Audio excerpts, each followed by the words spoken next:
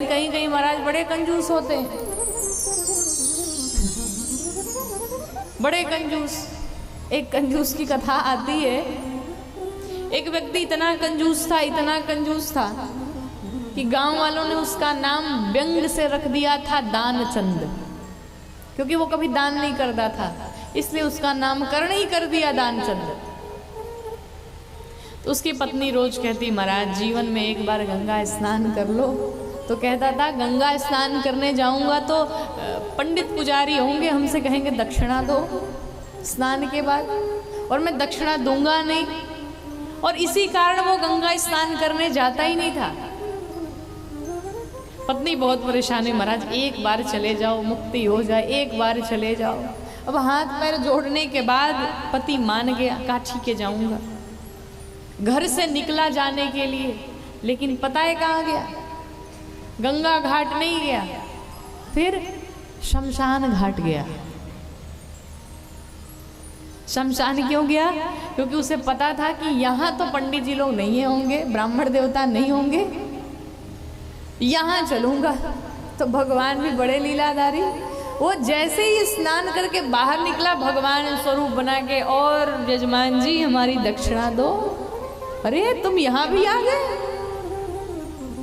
तो भगवान ने कहा, देखो हम आ नहीं गए, हम रहते ही यहीं पे हैं, हमारा यही घाट है, और हमें तो एक दो यजमान मिल जाए महाराज तो 6 महीने हमारा चल जाता है। वो सब छोड़ो, हमारी दक्षिणा दे दो तुम। तो उसने कहा, भाई हम तो दक्षिणा लाई नहीं, दूं कहाँ से मैं? अच्छा कोई बात नहीं, मैं घर जाऊंगा तो तुम्हें दे दूंगा। हाँ ठीक है, कोई बात नहीं। तो 1 हफ्ते बीते, जैसे ही 1 हफ्ते भगवान फिर पहुंच गए, और यजमान लाओ हमारी दक्षिणा दो। तो पत्नी आई बाहर, है ब्राह्मण देवता आप कौन है? तो उन्होंने सारी घटना बताई, भाई तुम्हारे पति ने हमारे पैसे उधार रखे हैं, और ब्राह्मण की दक्षिणा कभी उधार नहीं रखनी चाहिए, सो अपने पति से कह दो दे दे। पत्नी गई भीतर, पत्नी ने कहा, अरे सुनो जी, कोई ब्राह्मण देवता आए हैं और वो कहते हैं कि भाई उनकी दक्षिणा आपने ले रखी है, सो दक्षिणा उनकी वापस कर दो। इसने कहा, ये तो यहाँ भी पहुंच गया। इसने कहा, जा करके कह दो बीमार पड़ गए हैं। तो पत्नी ने कहा, क्या बात करते हो, बीमार पड़ गए हैं? नहीं नहीं नहीं, झूठ तो नहीं बोलना चाहिए, नहीं जा करके कह दो। पत्नी बेचारी क्या करे, पत्नी ने सो कह ही दिया, महाराज वो तो बीमार पड़े हुए हैं और आप बाद में आइएगा। भगवान ने कहा, नहीं नहीं कोई बात नहीं, अगर वो बीमार है तो मैं बाद में ही आऊंगा। चले गए भगवान। 1 हफ्ता बीता, अब तो हमारा यजमान ठीक हो गया होगा। भगवान फिर पहुंचे, और यजमान स्वास्थ्य कैसा है? बढ़िया है, चलो लाओ हमारी दक्षिणा दो।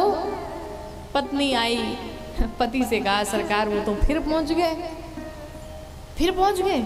हाँ एक काम करो, जाओ कह दो कि वो मर गए हैं, वो मर गए हैं। पत्नी ने, अरे क्या क्या क्या बोल रहे हो, राम राम राम राम, ऐसा नहीं बोलना चाहिए, दक्षिणा ना देनी पड़े इसलिए कहते हो मर गए? हाँ जा करके कह दो वो मर गए हैं। पत्नी ने तो वही पति की बात मानी, सो पत्नी ने बड़ी हिम्मत जुटाई और पत्नी ने जा करके कह दिया कि ब्राह्मण देवता क्या ही बताएं, अभी अभी उनका शरीर शांत हो गया, वो मर गए। बड़ा अद्भुत, बड़ा जिद्दी, बड़ा मक्खी चूस कंजूस महाराज। पत्नी से कहलवा दिया, जाओ कह दो कि वो मर गए हैं। तो पत्नी ने जा करके तो कह दिया कि वो तो मर गए। भगवान ने कहा, अरे अरे राम राम राम, ये क्या, वो तो बहुत बड़ी घटना दुर्घटना हो गई, वो मर गए। हमारा यजमान था बेचारा और मर गया वो। कोई बात नहीं, हम भी इतने निर्दयी थोड़ी हैं कि अगर हमें दक्षिणा नहीं दी, पैसे नहीं दिए तो हम ऐसे ही चले जाएं। कहा, महाराज कहने का मतलब क्या है? कहा, हम भी जब तक अंतिम संस्कार न कर ले नहीं जाएंगे। अब जब तक अंतिम संस्कार न हो जाए महाराज, हम भी नहीं जाएंगे। पत्नी आई भीतर, तो भगवान ने क्या किया, पूरे नगर में जाकर के कह दिया, सुनो भाई दानचंद मर गया, दानचंद मर गया, दानचंद मर गया। सबसे सुना दिया, चारों तरफ सबसे चिल्ला चिल्ला करके कह दिया दानचंद तो मर गया। अब गांव के लोग जब सुने भाई दानचंद मर गया तो गांव के लोग भाई इकट्ठा हुए उसके घर पे। तो मरने के पश्चात जो भी तैयारियां की जाती हैं वो बनाया जाता है क्या क्या, वो सारी तैयारियां कर ली गई और ये भीतर सांस रोक करके पड़ा हुआ था। पत्नी ने कहा देखो नाटक बहुत हो गया और महाराज जी की दक्षिणा दे दो और ये मरने का नाटक खत्म करो। पति ने कहा तुम चुप हो जाओ, मुझे अपना काम करने दो। तो लोग उसे बाहर लेकर के आए और सैया पे सुला दिए और वो महाराज नाक बंद करके सांस रोक करके पड़ा हुआ है। अब से भी ब्राह्मण चला जाए, भगवान भी बड़े अठी गए नहीं। अब गांव के लोग उसे ले जाने लगे कंधे पे। अब पत्नी को लगा कि कहीं ये दक्षिणा न देने के चक्कर में सच में न मर जाए।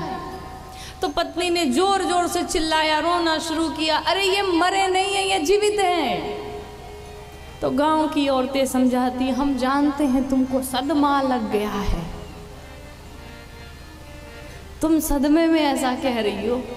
अब होता ही ऐसा है, कम आयु में बेचारे चल बसे। अब जिसके भी पति कम आयु में चले जाएंगे उसको ही ऐसा लगेगा कि वो मरे नहीं, वो जीवित ही है। पत्नी कह रही मैं सही कह रही, मुझे कोई सदमा नहीं लगा है, मैं सही कह रही हूँ, ये जीवित ही है, मरे नहीं है। गांव की औरतों ने क्या किया महाराज, पकड़ करके और घर में भीतर बंद कर दिया, ताले मार दिए। लोग इसे कंधे पर लेकर के शमशान घाट पहुंचे। भगवान सोचे बड़ा जिद्दी है, अब भी नहीं बोला। पहुंचते पहुंचते शमशान घाट पहुंचे, जो भी क्रियाएं थी सब पूर्ण कर ली गई। सब करने के पश्चात जब मुखाग्नि देने की बारी आई तो भी कुछ नहीं बोल रहा है, सोया पड़ा है। भगवान ने हार मान ली। भगवान ने कहा ये बड़ा जिद्दी निकला, ये दक्षिणा हमारी देगा नहीं वैसे।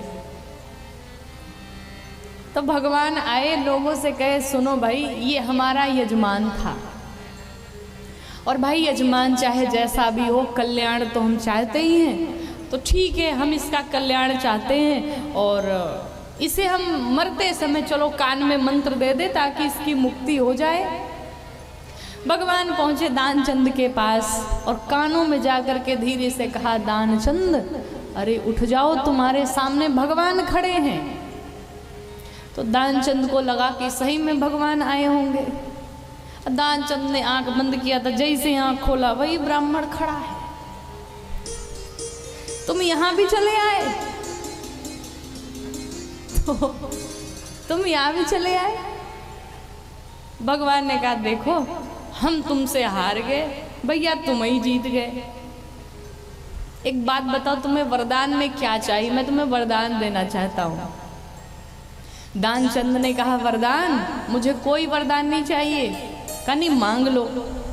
कहा अगर देना ही चाहते हो तो हमारे वो 2 रुपए छोड़ दो, हमें और कोई वरदान में नहीं चाहिए। भगवान ने वो पैसे उसके छोड़ दिए। ऐसे ऐसे महाराज महाकंजूस पड़े रहते हैं।